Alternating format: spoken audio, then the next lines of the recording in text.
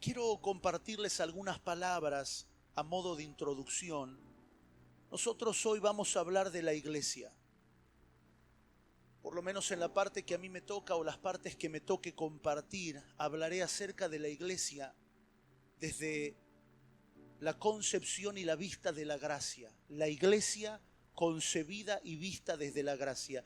Pero vamos a hablar de la iglesia no como una institución. ¿Creemos en la iglesia como institución? Por supuesto.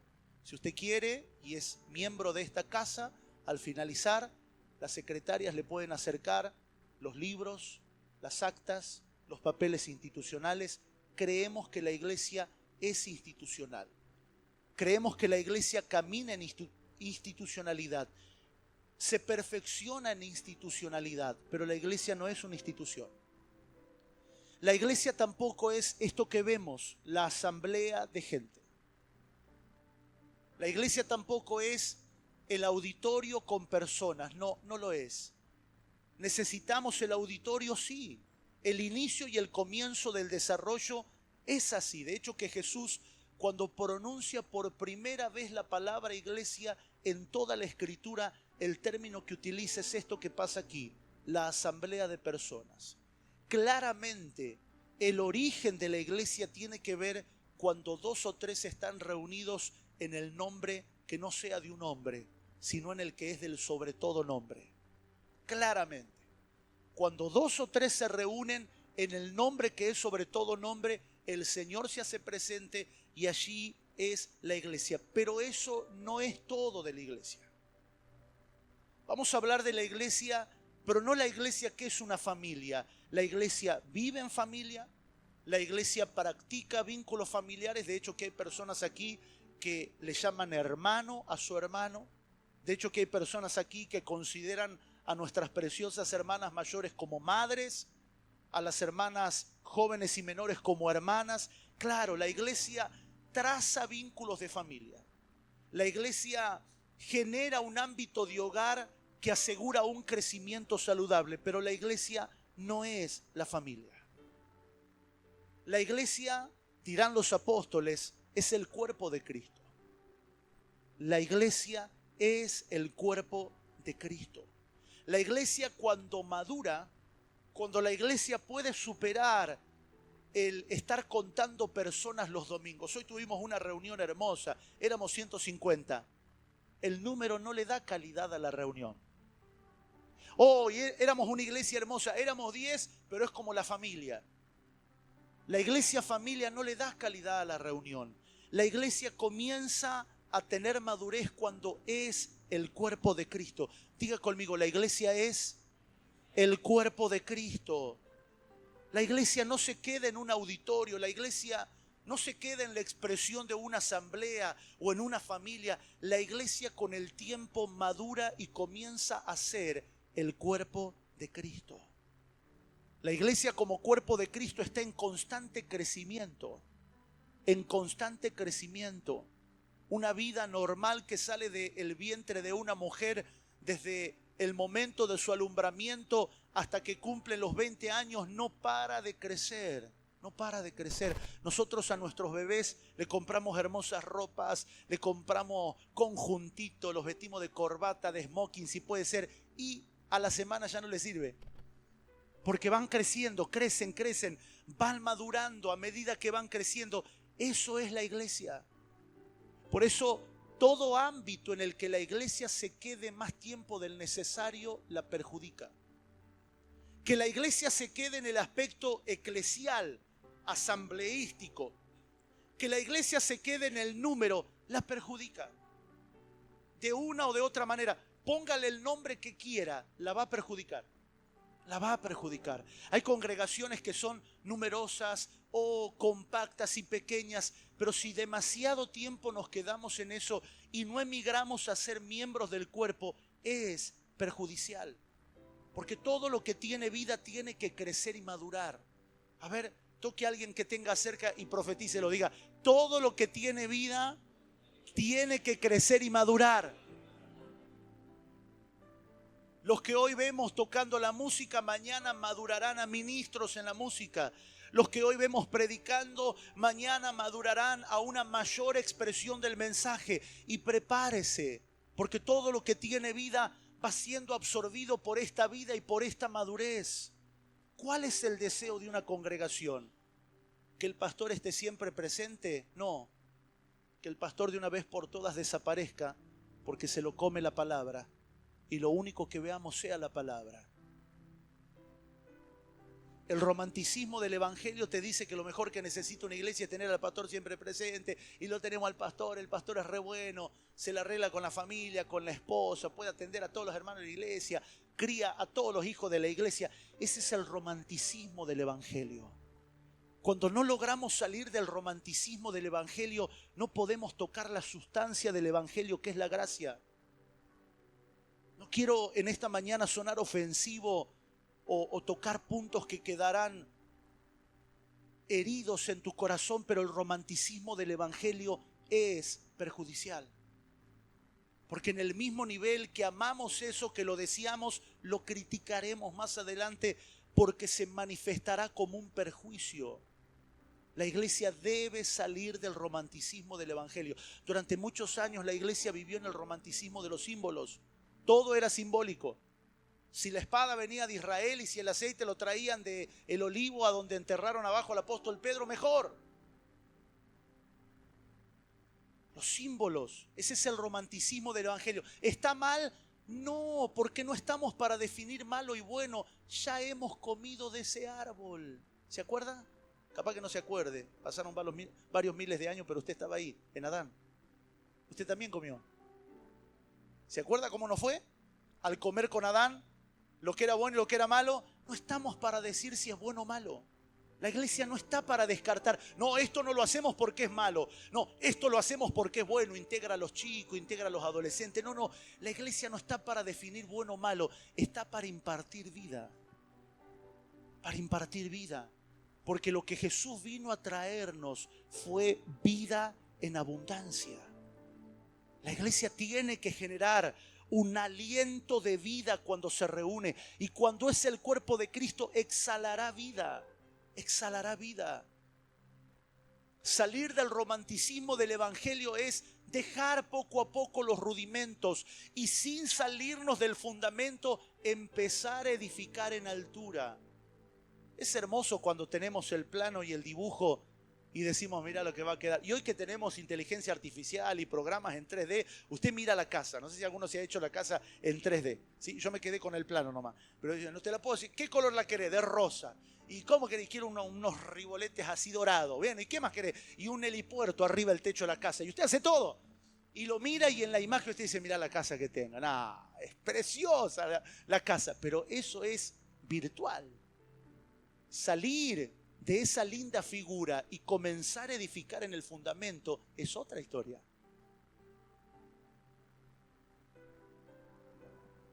En el siglo IV, Constantino se levantó una mañana, el emperador, en ese momento no era emperador, era aspirante. Constantino, del siglo IV, se levantó una mañana y dijo, tuve una visión, tuve un sueño, según él divino. Dice que él veía en el sueño un águila dorada y que lo que la reemplazaba era una cruz. Y dice que una voz le decía, mostrándole la cruz, le decía de esta manera, por este signo vencerás. Así que Constantino, con ese sueño divino, con esa visión divina, aspiró al poder y llegó a ser emperador. Y empezó a cambiar las insignias militares por cruces. Todas las insignias militares que tenían águilas reales, todo por cruces. Tomó al cristianismo y le empezó a edificar basílicas. Instituyó el domingo como el día del Señor. ¿Le suena eso? Este será el día del Señor. ¿Sabe qué pasaba con la iglesia hasta ese momento? No tenía basílica, estaba en las casas, se multiplicaba y crecía y era imparable. La gente le llamaba los que trastornan el mundo, porque donde llegaban eran como una peste, pero de la buena. Estaban en un lugar y se empezaban a multiplicar y predicaban. La iglesia hasta que fue dispersada predicó. Constantino la instituyó. ¿Y qué comenzó? El cristianismo por imposición, no por aceptación. Empezaron los bautismos masivos. Llegaban a lugares y le decía, si no quieren morir, tienen que bautizarse y ser cristianos. ¿Qué va a decir usted? ¿Dónde está el agua? Y empezaron a bautizarlos, a todos. Y ahí comenzaron las famosas cruzadas. Los cruzados empezaron a matar gente. ¿No sos cristiano? Te mandamos al infierno. Ni esperaban al diablo. Ellos hacían el trabajo del diablo y ellos absolvían y hacían el trabajo de Dios. De allí, lo que debía ser un aspecto de vida en la iglesia se institucionalizó y la iglesia comenzó a quedarse en 4 paredes. Ahora, no hablamos mal de las 4 paredes ni decimos que la iglesia tiene que salir a la calle, pero la iglesia no debe dejar de generar vida. Toque a alguien y dígale, tu vida tiene que ser expresada en todo lugar por medio, dígale, del olor fragante de Cristo. Todo lo que tiene vida va creciendo. La iglesia no debe quedar en ningún aspecto rudimentario porque la iglesia debe crecer. ¿Y para qué debe crecer? Dígalo conmigo, debe llegar a la estatura del varón perfecto. Y multimedia me lo va a poner atrás, pero no lo vamos a leer porque ya lo sabemos de memoria. Efesios capítulo 4, verso 13, el apóstol Pablo, mirando de un lado los salmos y escribiendo con su pluma la carta a la iglesia en Éfeso, él a su mano izquierda miraba los salmos porque era la Biblia de Pablo. Pablo no tenía el Nuevo Testamento, el apóstol Pablo tenía la Torá. Él leía los salmos y de salmos escribió Efesios 4. ¿Y qué dirá el apóstol Pablo? Todos debemos llegar a la estatura. Esta estatura es tan determinante que no puede ser confundida con la altura. Démosle una bienvenida al apóstol Gustavo Lara, que acaba de llegar. Apóstol. Qué hermoso. Qué hermoso. Amados, esta estatura no puede ser confundida con altura. Dígalo conmigo, la estatura no puede ser confundida con la altura. ¿Cuál es la diferencia entre la estatura y la altura? Que la altura la podemos manejar. Esta plataforma hoy me está dando unos 20 centímetros más de mi 1,80 m.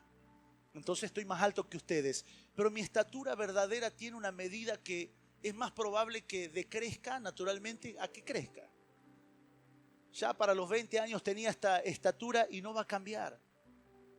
Hace unas semanas atrás cuando vinimos aquí veníamos a 11.000 pies de altura en un avión, pero cuando bajamos en Tucumán tuvimos que manejarnos con la altura que tenemos. La altura la podemos cambiar. ¿Cuántas mujeres que usan tacos dicen amén?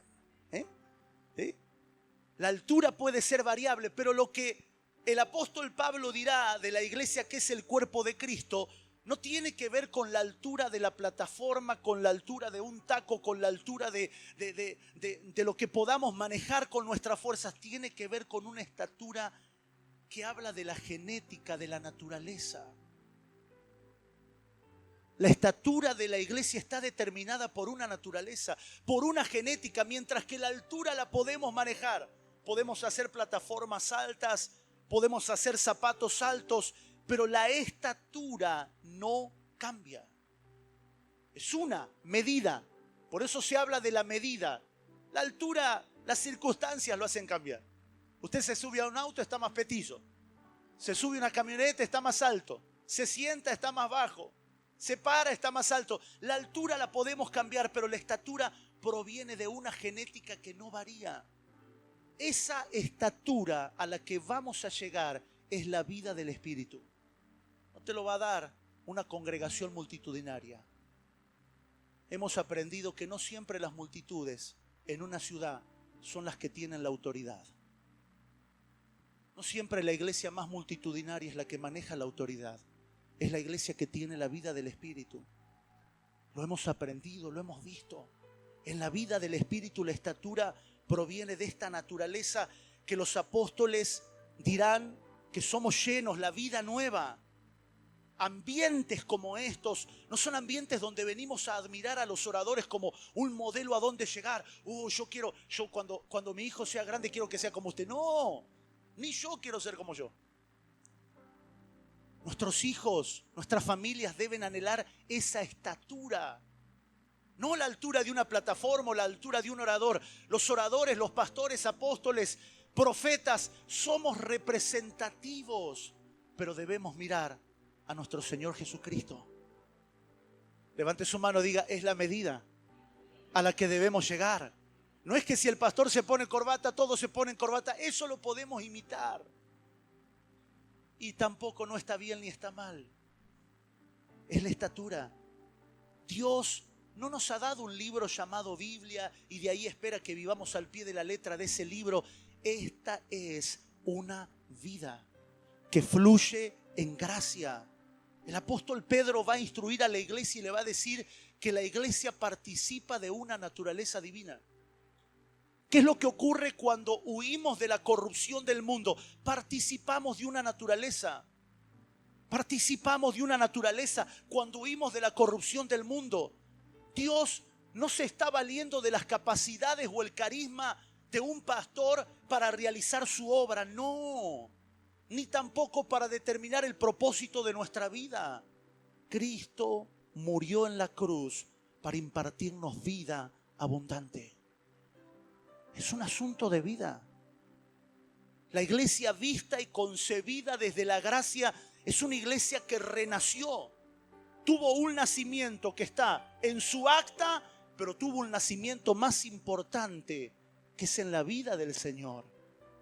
Por eso cuando leemos a los apóstoles que hablan de la vida abundante, de participar de una nueva naturaleza, de ser renacidos, el apóstol Pedro dice, renacidos de una simiente incorruptible.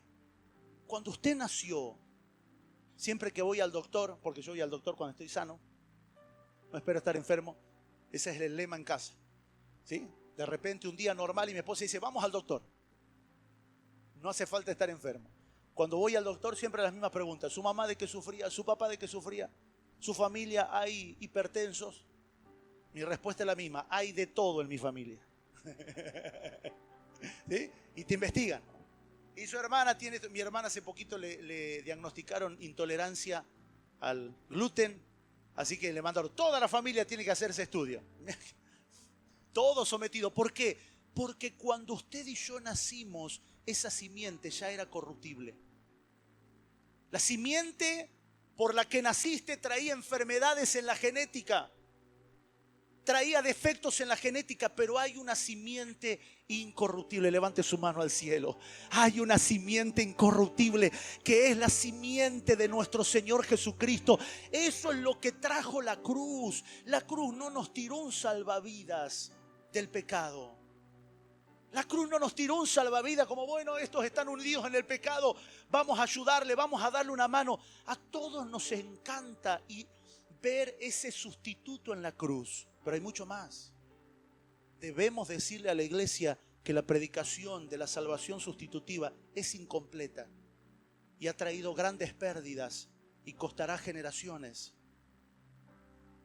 ¿Cuál es la salvación sustitutiva? La que ves en The Chosen. La que te venden en Hollywood por La Pasión de Cristo. Excelentes películas, ¿eh? Yo lloro como usted. Me encanta, no las dejo de ver. Excelentes películas. Para eso está el cine. Para eso está la ciencia ficción. Pero es una verdad incompleta. El mirar a la cruz y decir, Él murió por mí para que yo no muera. Él murió en mi lugar. Es una verdad, pero a medias. Y si esa verdad a medias se sostiene, se convierte en una mentira que degrada. Cristo no solo fue a la cruz para que yo no muriera en su lugar. Él no solo me sustituyó. Claro, cuando vamos a los apóstoles, cuando la gracia deja de ser el favor el Noé, cuando la gracia deja de ser el favor externo sobre Abraham, es una gracia de favor que no transforma, pero provee favor. La gracia que opera de manera abundante. Pero cuando vamos a los apóstoles y vemos el crecimiento de la gracia, encontramos que la muerte de Cristo no solo fue sustituta, debemos identificarnos juntamente con Él. Yo también morí en esa cruz. Las verdades incompletas le han hecho daño a la iglesia. ¿Que acaso Dios no prospera financieramente? No, sí, Dios prospera financieramente, pero es una verdad a medias. Amado, Dice el apóstol Juan, yo deseo que prosperes en todo, que tengas abundancia, pero que tu alma no se separe de esto, porque si algo será para edificación de la iglesia es una prosperidad integral. Ponga la mano en su pecho, diga, mi alma prospera. Tóquese el bolsillo, la cartera, diga, mis finanzas prosperan. A ver, ponga la mano en la cabeza y diga, mi mente prospera. Tóquese la pancita y diga, mi físico prospera. Pero ese tiene que desprosperar. El físico tiene que desprosperar, ¿sí? Es como dijo Juan, es necesario que mengue. Todos tenemos que pelearle gramo a gramo al peso. Esta iglesia es gloriosa. ¿Cuántos dicen amén? Esta iglesia es perfecta. Esta iglesia es hermosa. Esta iglesia es sin mácula. Esta iglesia, todas las versiones que usted vea que no concuerden con esta versión de la iglesia, es una mancha en nuestro anteojo que debe ser quitada con el agua de la palabra. Debemos tener tanto cuidado cuando nos referimos a la iglesia. No, porque esa iglesia es. No, porque esa iglesia es. No. La iglesia de Cristo es perfecta. Las imperfecciones son producto de manchas del hombre, de medias verdades que no prosperaron. Rogamos al Señor que la luz aumente para que podamos ver esta abundante gracia. Esta gracia que ya en la pluma de Lucas era la llenura de Jesús. Ya en la pluma del Nuevo Testamento esta gracia deja de ser el favor. Porque la gracia está en toda la Escritura, no solamente nombrada, sino expresada. Pero la gracia que tenía Noé era una gracia de favor externo. Los favorecía, los perfeccionaba, pero no los transformaba. Ese es el común denominador de los antiguos, David, Abraham, Noé, Moisés. Una gracia que era un favor que le abría puertas, que utilizaba sus habilidades, que desarrollaba los proyectos y los pactos que Dios tenía, pero no los transformaba. De hecho, que ellos vivieron a la espera de que esa gracia se manifestara de manera completa. Yo sé que usted ha tenido esa sensación. ¿No ha tenido esa sensación de que todavía no es todo? ¿No ha tenido esa sensación? Si no lo tiene, usted en el día de hoy va a salir con esa sensación. Hay algo más. Hay algo más. No desde mi deseo. No desde mi deseo, no desde mi concupiscencia. Desde el sentido de que no es todo lo que hay de Dios. A ver, Dios es todo para mí. Pero entiendo que esto no es todo lo que hay de Dios. Hay más. Hay más profundidad, hay más gracia, hay mucho más. Esa sensación, los antiguos lo vivieron todo el tiempo. El apóstol Pedro dirá en el capítulo 1 de su primera carta, en el verso 10, y dirá que los profetas que profetizaban de la gracia destinada a nosotros inquirían, indagaban. ¿Dónde está? ¿Cuándo viene? ¿De qué manera pasa? Y cuando llegaron, porque el Espíritu de Cristo estaba en ellos. La palabra Espíritu de Cristo es otra manera de hablar del Espíritu Santo. El Espíritu Santo obraba en ellos y los llevaba a investigar, los llevaba a inquirir, a ver, a estudiar los tiempos, y descubrieron que esta gracia nos fue dada a nosotros. Una gracia que los ángeles anhelan mirar. Los ángeles anhelarían participar de esta gracia. No pudieron. Como tuvieron que quedarse relegados mirando a Cristo morir en la cruz, tienen que quedarse relegados mirando a Cristo en nosotros. Y esta gracia abundando.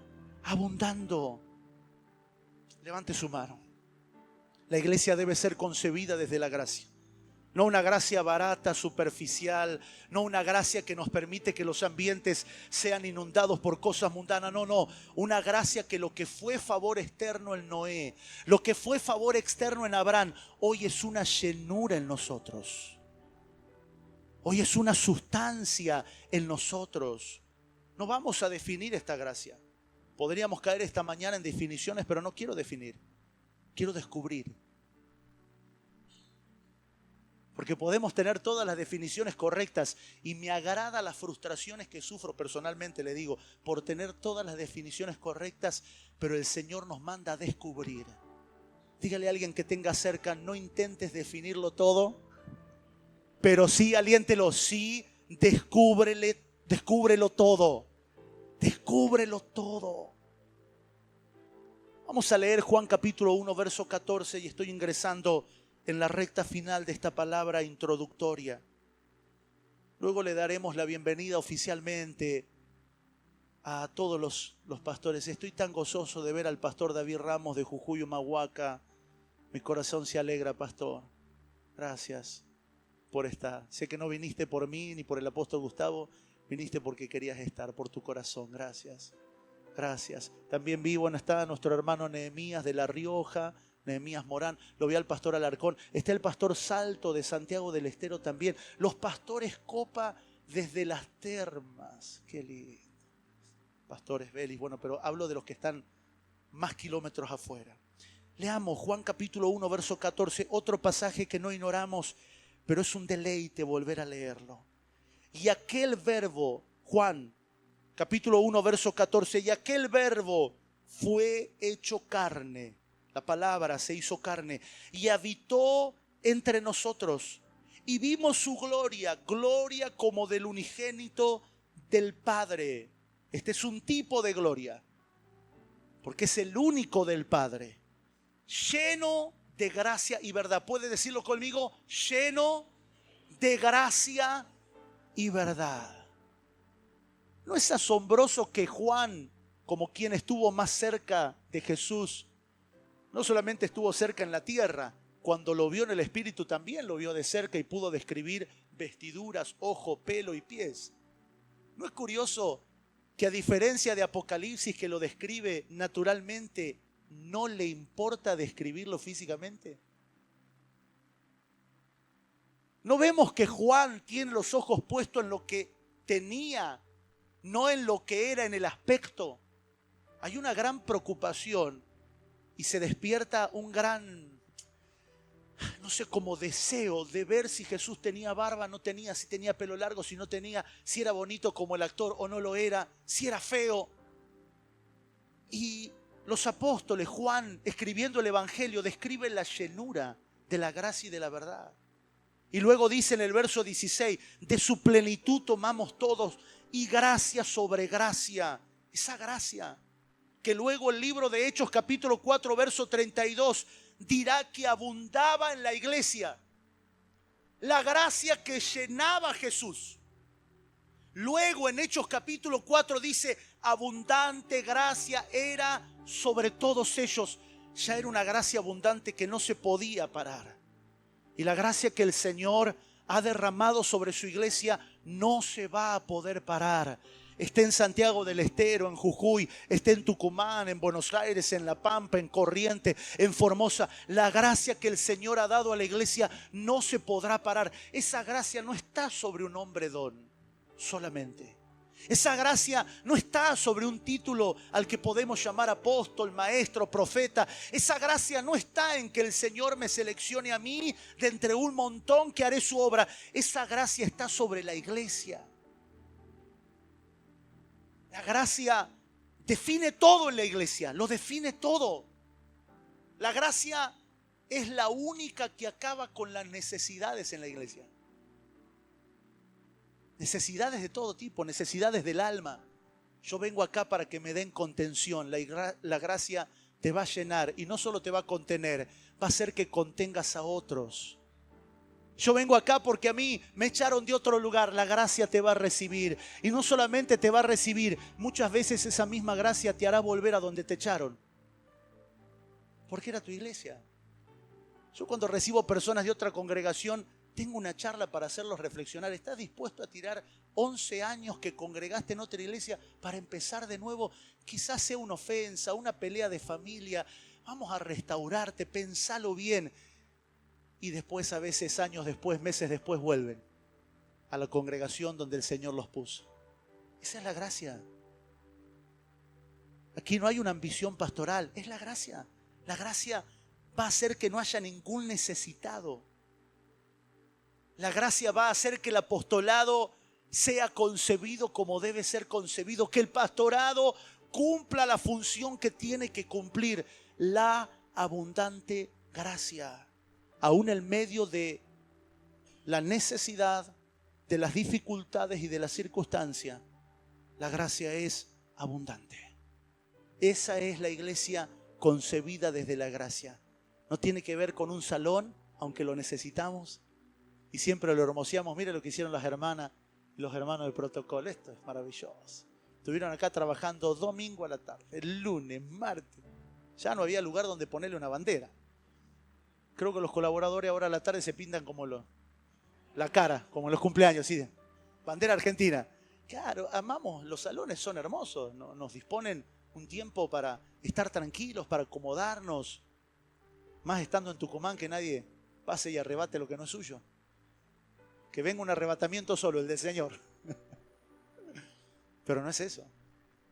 La iglesia no es solo la familia, aunque producimos vínculos de familia. A veces pastoralmente tenemos que tener cada cuidado, porque tenés una familia y son 7 parientes, 8 parientes, 10 parientes. Tocaste a uno, se ofenden los 12. Tenemos vínculos de familia, amamos la familia. Queremos que nuestros hijos se críen aquí. Queremos que nuestros nietos se críen aquí. Yo nunca sé cuando estamos evangelizando una familia si será la futura esposa de mi hijo, no lo sé. Mi esposa dice que no, pero yo no lo sé.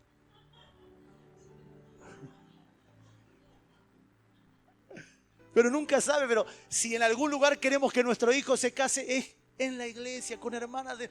Es así, pero no es eso. La iglesia es el cuerpo de Cristo. Y así como tu cuerpo es definido por un organismo y vive porque es sostenido por ese organismo, mientras la gracia fluye en la iglesia como una sustancia, como una llenura, mientras la abundante gracia fluye, la iglesia sigue creciendo como cuerpo. ¿Cuántos pueden levantar su mano al cielo? Queremos ese favor, queremos esa gracia. Una gracia que abunda, una gracia que fluye, una gracia que no está sujeta a los estados del país, de la política, a los estados de la familia, de las personas. Una gracia abundante que hace que la multitud lo comparta todo. Y aunque seamos muchos el número, haya un corazón, haya un alma, que nadie tenga propiedad de nada, no materialmente, sino en el alma, que todo podamos compartirlo, que podamos volver a reunirnos en uno y ser la expresión del uno. Gracias, Señor. Gracias, Señor. Gracias, Señor. Gracias, Señor. Gracias. Gracias por tu abundante gracia. Gracias por tu abundante gracia que fluye en tu iglesia para sostener este cuerpo glorioso que está dando a la medida, que está llegando a la estatura. Este cuerpo glorioso que está compartido de muchos miembros que se vinculan los unos con otros. Esta gracia abundante, esta gracia abundante, esta gracia abundante. Gracias, Señor. Puede poner su mano sobre algún hermano que tenga cerca. Gracias por la gracia que abunda en mi hermano. Una gracia que puede manifestarse en un don, puede manifestarse en una predicación, en una palabra, en una colaboración, en un servicio, en una administración. Pero no ignoramos que esa gracia abunda en tu iglesia, abunda en los ambientes de tu iglesia. Abundante gracia sobre tu iglesia que elimina la necesidad. Elimina la necesidad. Produce un apostolado saludable, produce evangelistas saludables, produce profetas que emanan salud, produce pastores saludables, produce maestros saludables.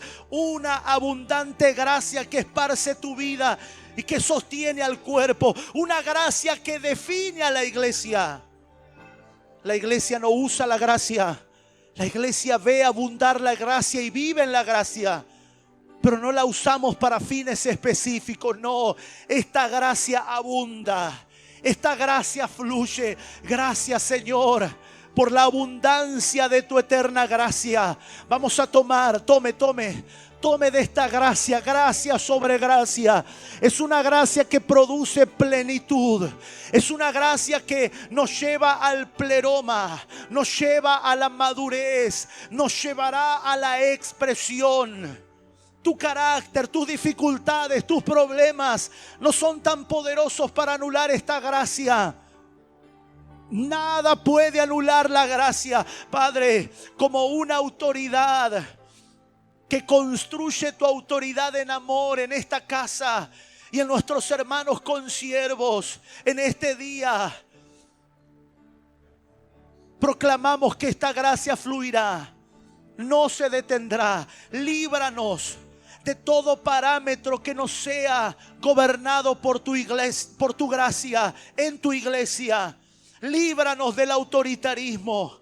Líbranos de los pensamientos e ideas creativas que dañan a tu iglesia. Muéstranos por medio de tu gracia para que podamos ver más claramente. Que podamos ver más claramente. Te adoramos. Te adoramos. Puede ponerse en pie un momento y adorar al Señor conmigo. Juntos.